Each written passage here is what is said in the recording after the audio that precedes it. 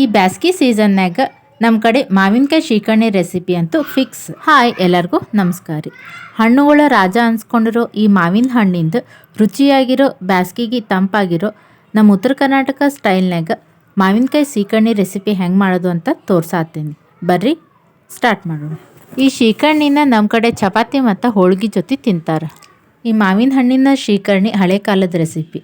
ಇದನ್ನು ಹಳೆ ಕಾಲದ ಸ್ಟೈಲ್ನಾಗ ಮಾಡಿದನ್ನ ಟೇಸ್ಟ್ ಭಾಳ ಚಲೋ ಬರುತ್ತೆ. ಮೊದಲಿಗೆ ಮಾವಿನ ಹಣ್ಣು ತೊಗೊಂಡು ಅದರದ್ದು ತುಂಬ ತೆಗಿಬೇಕು. ತುಂಬ ತೆಗಿಲಿಲ್ಲ ಅಂತಂದ್ರೆ ಗಂಟ್ಲು ಕೆರೆದಂಗೆ ಆಗುತ್ತೆ. ನಮಗಂತೂ ಸಣ್ಣವರಿದ್ದಾಗ ಹಂಗೆ ಭಾಳ ಸಲ ಆಗಿದೆ. ನಿಮಗೂ ಆ ಥರ ಎಕ್ಸ್ಪೀರಿಯನ್ಸ್ ಆಗಿದ್ರೆ ಕಮೆಂಟ್ನಾಗ ಹೇಳ್ರಿ. ಈ ಮಾವಿನ ಹಣ್ಣಿನ ಶೀಕರ್ಣಿ ಮಾಡೋ ಮೊದಲು ಕೈ ಮತ್ತು ಮಾವಿನ ಹಣ್ಣು ಸ್ವಚ್ಛಗೆ ತೊಳ್ಕೊಬೇಕು. ತೊಳ್ಕೊಂಡು ಅದ್ರ ತುಂಬ ತೆಗೆದು ಮ್ಯಾಗಿನ ಸಿಪ್ಪಿ ಅದು ತಕ್ಕೋಬೇಕು. ಸಿಪ್ಪಿ ಅದು ತೆಗೆದು ಮಾವಿನ ಹಣ್ಣು ಮತ್ತು ಅದ್ರ ಗೊತ್ತಾಗಿರೋ ಎಲ್ಲ ರಸನೂ ಫುಲ್ಲು ಕಂಪ್ಲೀಟಾಗಿ ತಗೋಬೇಕು.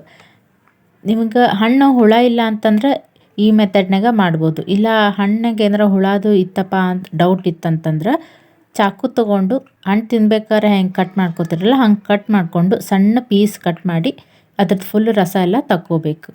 ಅಥೆಂಟಿಕ್ ಟೇಸ್ಟ್ ಬರಬೇಕಂದ್ರೆ ಹೆಂಗಂತ ಹೇಳ್ತೀನಿ. ಅದಕ್ಕೆ ವೀಡಿಯೋ ಸ್ಕಿಪ್ ಮಾಡಲಾರ್ದ ಕಂಪ್ಲೀಟಾಗಿ ನೋಡಿರಿ. ನನ್ನ ಚಾನಲ್ ಫಸ್ಟ್ ಟೈಮ್ ನೋಡತ್ತಿದ್ರೆ ಸಬ್ಸ್ಕ್ರೈಬ್ ಮಾಡಲಾರ್ದ ನೋಡತ್ತಿದ್ರೆ ಸಬ್ಸ್ಕ್ರೈಬ್ ಮಾಡಿಕೊಂಡು ನೋಡಿರಿ. ನಾ ಇಲ್ಲಿ ತೋರಿಸ್ದಂಗೆ ಹಣ್ಣಿಂದ ರಸನ ಪೂರ್ತಿಂಗ ಕೈಲೇ ತೆಗೆದು ತಗೋಬೇಕು. ನಿಮ್ಗೆ ಈ ಥರ ಕೈಯಿಂದ ತಗೊಳ್ಳೋದು ಇಷ್ಟ ಆಗಲ್ಲ ಅಂತಂದ್ರೆ ಚಾಕುವಿಂದ ಸಣ್ಣಗೆ ಪೀಸ್ ಕಟ್ ಮಾಡ್ಕೊಂಡು ಮಾಡ್ಕೋಬೋದು. ಕೆಲವೊಮ್ಮೆ ಹಣ್ಣು ಚಲೋ ಇದ್ದು ಗೊಟ್ಟ ಚಲೋ ಇರಲ್ಲ. ಅದಕ್ಕೆ ಹಣ್ಣಾಗ ಹುಳ ಗೊಟ್ಟ ಅದು ಚಲೋ ಐತಿಲ್ಲ ನೋಡಿಕೊಂಡು ರಸ ಅದು ತಗೋರಿ.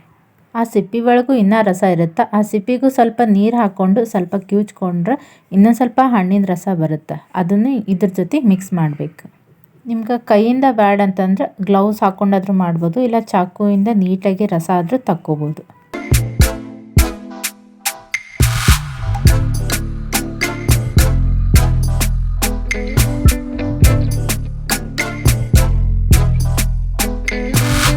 ನಾ ಇಲ್ಲಿ ತೋರಿಸ್ದಂಗೆ ಮಾವಿನ ಹಣ್ಣಿಂದ ಎಲ್ಲ ರಸ ತಕ್ಕೊಂಡ್ಮ್ಯಾಗ ಅದಕ್ಕೆ ಒಂದೆರಡು ಚಿಟಿಕೆ ಉಪ್ಪು, ಏಲಕ್ಕಿ ಪುಡಿ ಮತ್ತು ಬೆಲ್ಲ ಹಾಕ್ಕೊಂಡು ಮಿಕ್ಸ್ ಮಾಡಬೇಕು.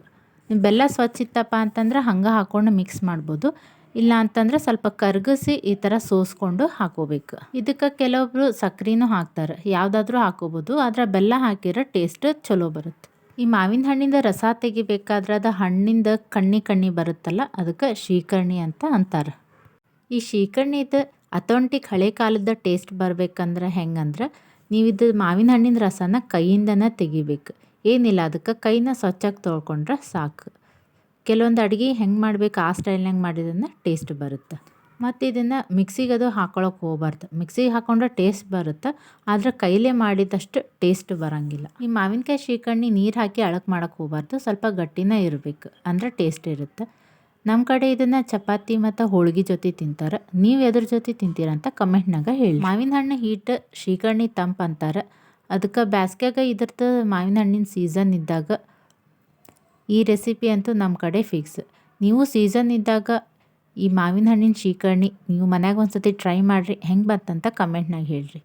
ವಿಡಿಯೋ ಇಷ್ಟ ಆತಂದ್ರೆ ಲೈಕ್ ಮಾಡಿರಿ. ಫ್ಯಾಮಿಲಿ ಫ್ರೆಂಡ್ಸಿಗೂ ಶೇರ್ ಮಾಡಿರಿ. ಚಾನಲ್ ಸಬ್ಸ್ಕ್ರೈಬ್ ಮಾಡೋದು ಮಾತ್ರ ಮರಿಬೇಡ್ರಿ. Thanks for watching.